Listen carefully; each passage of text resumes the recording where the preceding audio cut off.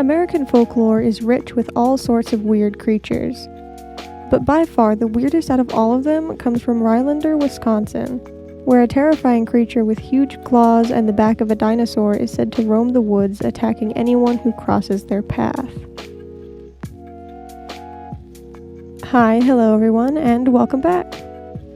Today we're going to be adding another cryptid to the cryptid series on this channel, the Hodag.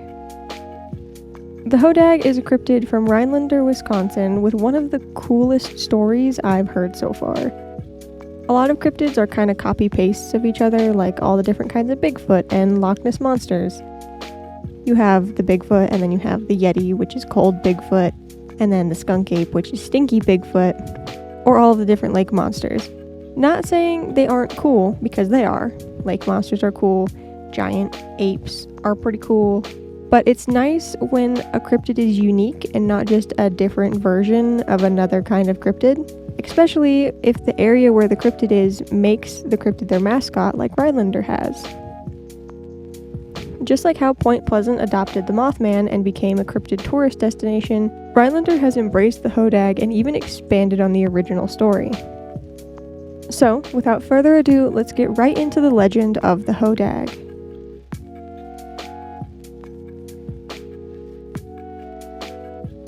In 1893, a well-respected land surveyor and timber cruiser, Eugene Shepard, reported seeing a creature in the woods to the local newspaper. He described it as having the head of a frog, the face of a giant elephant, thick, short legs with huge claws, the back of a dinosaur, and a long tail with spears at the end. Shepard would gather a group of friends to go hunt the creature, which would survive getting shot multiple times with rifles and had to be blown up with dynamite to eventually kill it. The town celebrated the death of the beast and would pose for recreations of the battle with the creature. 3 years later, Shepard encountered another Hodag and was able to capture this one alive. He said that him and a few bear wrestlers put a chloroform-soaked rag on the end of a pole and stuck it into the cave of the creature to subdue it before capturing it. He would display it at the Oneida County Fair, where thousands of people would come to see the Hodag. It was kept in a dark shed, and the crowd was warned to stay back from the ferocious beast. Everyone was amazed by it and would tell everybody they could, and eventually the news of the Hodag would reach a team of scientists at the Smithsonian in Washington, D.C., who wanted to come out and study the new species. With this new development, Eugene was forced to come clean. The Hodag he caught and was displaying was fake. He had made it of wood and hides from a tannery and would control it with wires in his shed. He even got his sons to make growling and hissing noises to add to the illusion. The reveal of the Hodag hoax was no doubt disappointing, but it made the Oneida County Fair a huge success. The whole point of the fair was to draw business to Rylander, and the fake Hodag did exactly that. And some people even think that that's exactly why Eugene did it, and just because the one in the shed was fake doesn't mean the whole story is a hoax. Shepard had been telling tales of the Hodag since the late 1800s, so maybe he only faked the one in the shed to help his community and bring in business, but the other stories he would tell could be true. Regardless of its legitimacy, the legend of the Hodag has only grown, and Rylander has expanded on the legend, giving it more details and one of the sickest origins ever. The Hodag is said to be born from the ashes of cremated oxen who were abused by their owners, making them the incarnation of mistreatment and suffering. They eat mud turtles, oxen, and white bulldogs, but only on Sundays.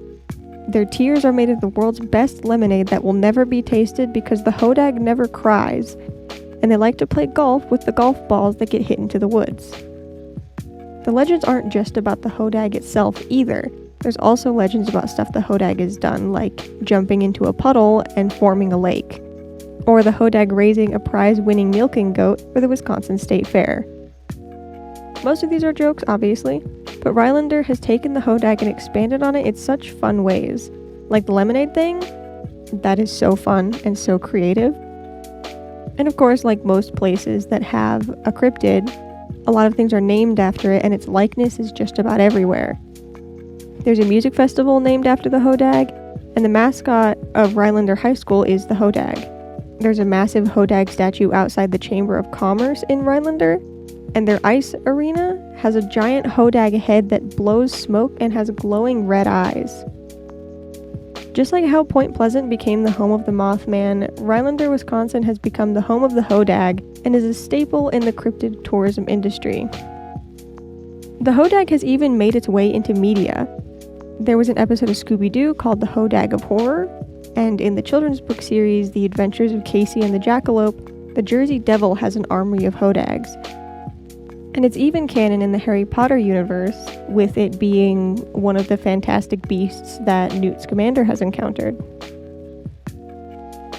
And after doing all the research for this video, I think the Hodag might be my favorite cryptid now.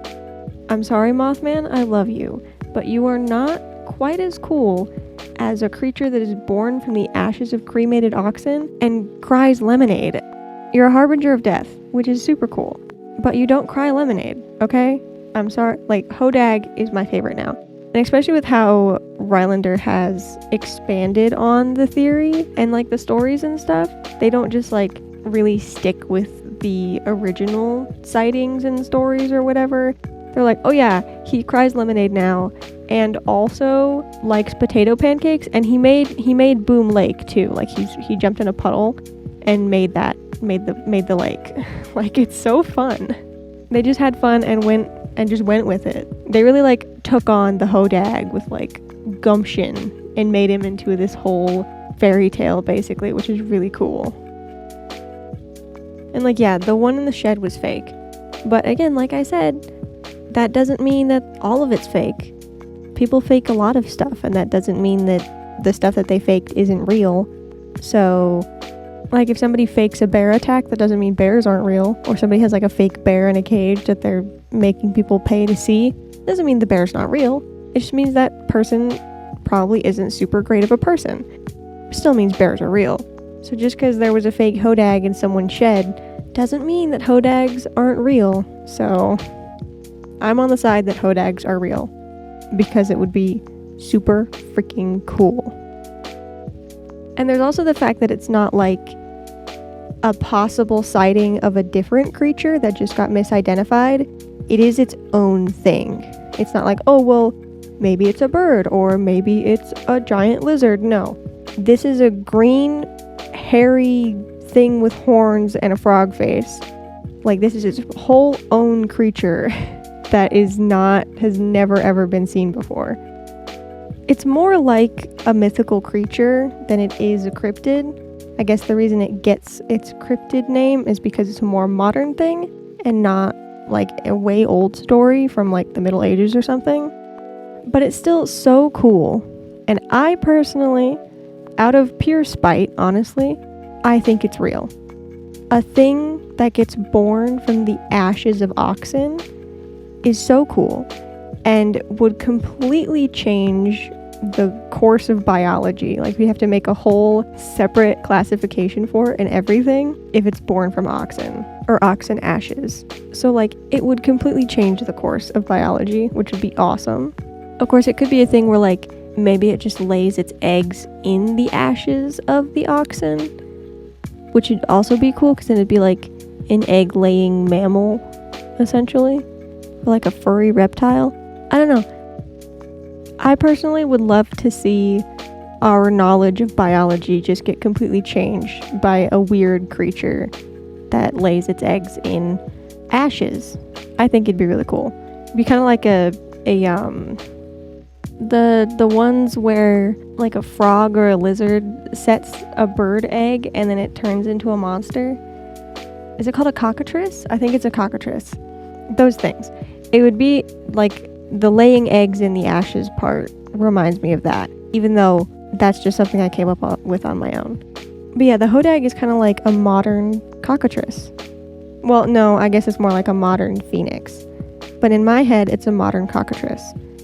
Anyways, that is the story of the Hodag. What do you guys think? Do you think the Hodag could be real, or is it some story a local prankster came up with to mess with people? I think all cryptids are real out of spite, because it's more fun that way. But again, I want the Hodag to be real the most. because, again, they're so cool, and a phoenix-like creature that is born from the ashes of abused ox and now roams the woods is, like I've said so many times, awesome. It's so cool. And I would love to see biologists scramble to try to figure out how to explain it. Anyways, if you've made it this far, thank you so much for watching. I am having a lot of fun with this series, so I'm glad you enjoy it too. Comment what other cryptids you would like to see, and remember to subscribe so you don't miss out on my next upload. Thank you again for watching, and I will see you next week. Bye bye!